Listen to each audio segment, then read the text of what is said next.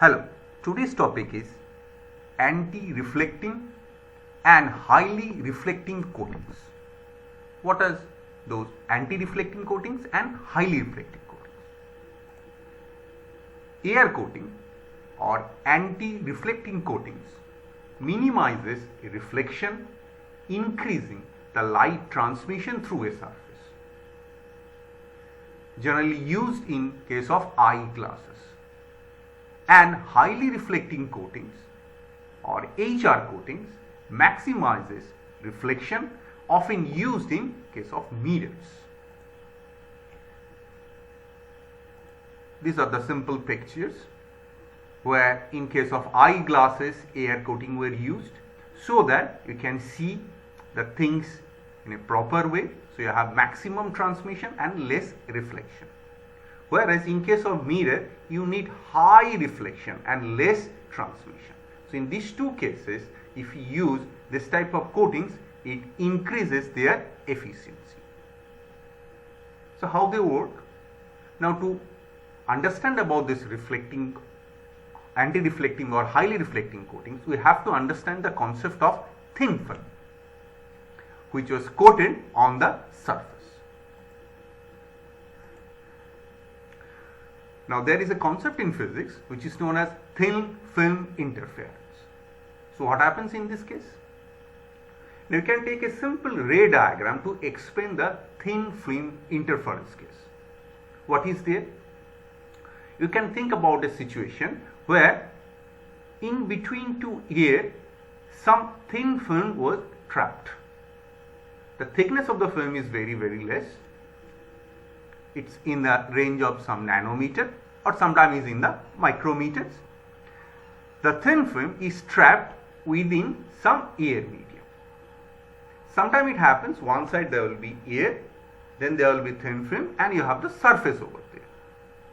The explanation will be almost similar in both the cases. So you have taken that particular case. Now what happens in this case? So see, AB is the incident light. There is a high chances of reflection and refraction if the systems are transparent in nature. So the choice of the thin film will be something like this, they are transparent. So there will be reflection and a refraction. So angle of incident is equal to angle of reflection, whereas R is the angle of refraction. Now this is the first reflected ray. Now after refraction, light again encountered with two different mediums, thin film and air, and again there will be another reflection and a refraction condition. Now the reflected ray, when it comes here, again it is in the two medium condition. There is air and thin film. Now again there will be a refraction. Now these two rays, BF and DH, they are two rays.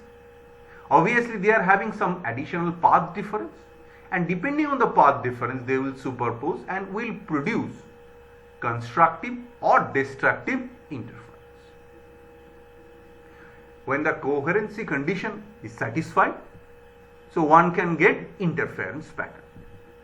Now depending on the thickness of the film, either constructive or destructive interference will occur. Now we will calculate what is the additional path difference was covered by DH. So these two rays are there, they are parallel obviously, but the second ray it covering some additional distance in comparison to BF, the first reflected ray. So first job is to calculate what is the path difference between these two. Now to calculate this thing, again we will refer the same picture and we will try to calculate what is the path difference between these two rays, BF and DH. Now to do these things, we are going to consider two triangles over there. So first triangle I am taking as BCK. B, C and K. K is the normal. So from BCK one can calculate what is cos of R. R is the angle of refraction, so you can calculate cos of R. So cos of R is CK divided by BC.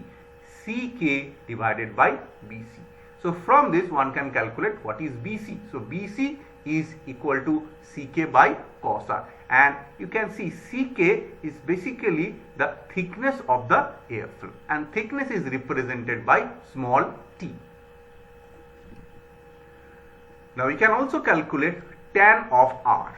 So tan of R in this triangle, it is given as BK divided by CK. So from this one can calculate BK, this is equal to T into tan of R. So CK is the thickness T. Now we have this part. Now we are going to calculate it for the next part of the triangle. Now from the triangle BGD, we can consider this as sin I, which is equal to BG divided by BD. So BG divided by BD, the sin of I. So BG, this is given as BD sin I. So BD can be written as BD, this distance can be written as BK plus DK or KD. So this is basically twice of this one. So this is given as 2BK, twice of BK. Now we have already calculated what is K, BK, we know this one. So put these values over there. So we can write this thing BG, this is equal to 2 into T sin I and tan of R. So after simplifying this factor, we are getting this one. This is equal to 2T n. N is the refractive index. So this is sin I by sin R. This is the refractive index from the Snell's law. So we have sin square R divided by cos square R. So we got the BJ factor, the additional distance covered by the ray. Now, so you have to calculate what is the real path difference between these two rays. So what is this real path difference? So this is calculated by n into BC plus CD. N into BC plus CD. So this is the velocity. This is the refractive index basically. So this is there within this thin film. So refractive index into distance covered, path difference or the optical distance covered, minus B of G. This is the additional distance covered by the second ray. So this will be the path difference. So light moves from this point to this point, it reflects, and again this to this. So this is the additional distance. And if you are considering both the rays from this point, G point, this ray, and from D point, this ray. So they are having same distance cover, but the additional distance cover is BG distance. So obviously this will be minus of BG. So n BC plus CD, BC plus CD. So this can be written as n into 2 into BC. So this distance and this distance, they are equal. BC and CD, this distance are equal. So 2n BC minus BG. Now from our earlier triangle calculation, we have calculated BC and also BG we have calculated. Put these values over there. So what is BC? BC equal to T into T divided by cos R. And BG, we know 2Tn sin square R divided by cos R. Put this one, simplifying this thing, take it common, T divided by cos R, this will be taken common, so this will be 1 minus sin square R, and 1 minus sin square R obviously gives you cos square R. So simplifying this one, it simply gives the additional path difference between these two rays is given as 2n, refractive index of the thin film, T is the thickness of the thin film, into cos of R. So this is the additional distance covered by these two rays. Now sometimes it happens,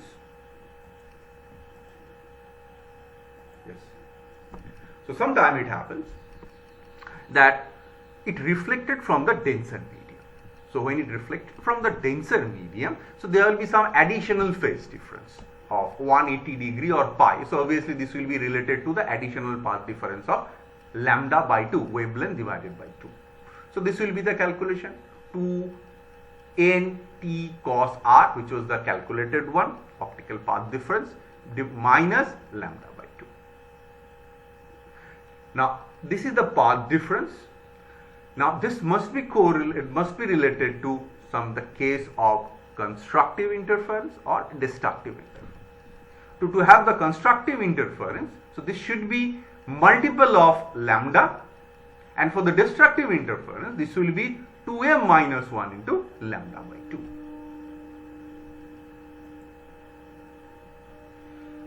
So now the most important part, when light falls, if you have a destructive interference, so the majority of the light will pass through this, so you have a maximum possibility of transmission.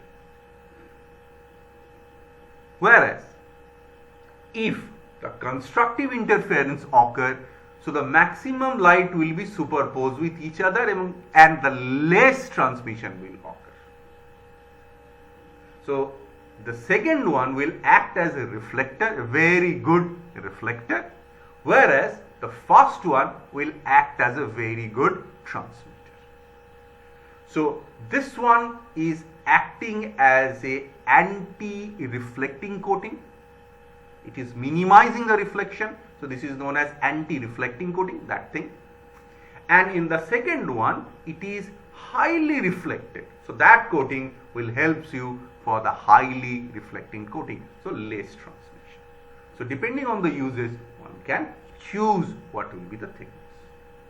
Now separately we will discuss about anti-reflecting coating and totally reflecting coating.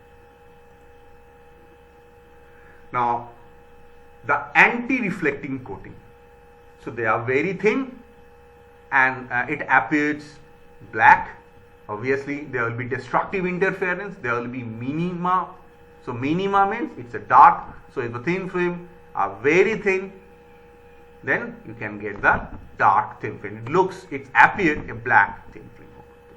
A simple calculation, 2nft, where there will be some additional term of cos of r, but we are considering the maximum possible value of cos r. This is 1, so we are neglecting that cos value. So in the maximum condition, so that particular relation must be satisfied to have the anti-reflecting coating. So the thickness of the film should be T should be lambda divided by 4 into m. The film thickness should be lambda by 4, and NF is the refractive index of the film. So if this condition satisfies, light wave will superpose and will produce destructive interference.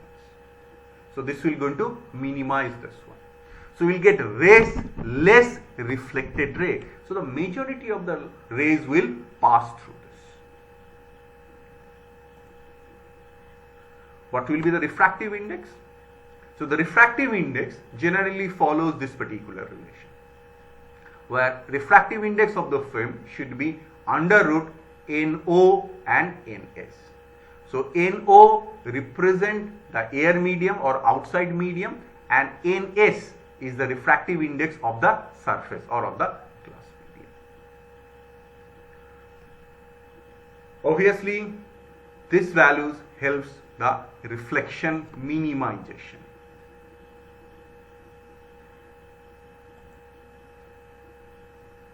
Now, how to have this thing? So the surface or the structures of the anti-reflecting coatings can be planar or it can be pyramidal. So depending on the requirement, so you can put a ordinary planar anti-reflecting coating or you can put the pyramidal. So this increases the reflection percentage of the. But obviously planar will have a minimum cost, whereas the pyramidal case having higher cost of this. Now another important thing is that the anti-reflecting coating, the material used, the common material used is magnesium fluoride. Sometimes silicon nitride were also used, silicon oxide, titanium dioxide, silicon dioxide, titanium dioxide, and the aluminium oxides. So these are the material generally used in case of anti-reflecting coatings. Applications. Now you have a system where depending on the thickness of the material you have minimizes the reflection. So you have the majority light passes through this. So when the majority light passes through this, can be a very good use for the optical lenses. Your vision will be perfect. This can be used for the displays. You can see the mobile phones after reflection and sunlight, it looks hazy. You really cannot see the screen. But if you put an anti-reflecting coating, so this will going to minimize the reflection, and light rays can easily penetrate through this, can easily transmit through this. So the vision will be much clear. In the solar cell, obviously, if you have anti-reflecting coating, the majority light will be passing through this. So the maximum absorption is possible. In case of microelectronics manufacturing, photolithography, anti-reflecting coatings are used. And in other cases, this can be used for the barcode scanner. In microscope is a very, very important one, cameras and different sensors. Now the next part is the highly reflecting coating. Sometimes it's called the totally reflecting coating. So what happens? In this case, you need the case of constructive interference. So when you have constructive interference, so the condition must be lambda by 2. Sometimes it was achieved by putting some layers of the coating. So if you have 2 layers of lambda by 4 and lambda by 4, this obviously gives you lambda by 2. So when you have conditions of lambda by 2, so they will superpose with each other and will produce constructive interference. So generally in case of highly reflecting coating, there are more number of layers of coating surface. Applications. Optical instruments. It's a very, very important one in case of optical instruments. In photovoltaic cells, this can be used. Now another important use of highly reflecting coating is building envelopes or the roofs. Now you can have this particular thing. Now when light falls, it reflects back. In this case, the reflection is 25. The first one is only 25% reflection and the second one is 78% reflection. So obviously less reflection means higher absorption by the surface. So the inside temperature will increase. Whereas if the reflection increases, so less absorption will be there. So the temperature, the inner temperature or the beneath temperature will be lesser. So if you put some highly reflecting coating on the roof of your building, so it will increase the reflection and obviously it will help you to decrease the temperature inside the room. In some of the mirror cases, you can see the clear pictures. Now how to produce this? Generally they are used by some simple experimental techniques. So there will be physical vapor deposition. So you can hit the sample and this will be deposited over the surface. There is one of the technique. Chemical vapor deposition. So there will be some fluid, the high temperature fluid will pass through this. This will be passed through the surface and this will be deposited as the temperature will decrease. So this will help us to have this. Now there is another technique known as sol gel. It's a chemical reaction based method. So they will go to mix 2 things, sol and gel, and they will be deposited over the surface. This will help you. Sometimes it is used by etching. Obviously all these methods are costly. Sol gel having low cost, but the most important thing, you need that precision. We have seen the thickness must be lambda by 4 or lambda by 2. So that thickness is very, very important. So layer wise you need to put the coating to have the best result from this. So that's why they are better costly. Now a simple comparison what we have discussed today. So the first is anti-reflective coating and the second one is highly reflecting coating. One is stopping the reflection, another allows the reflection.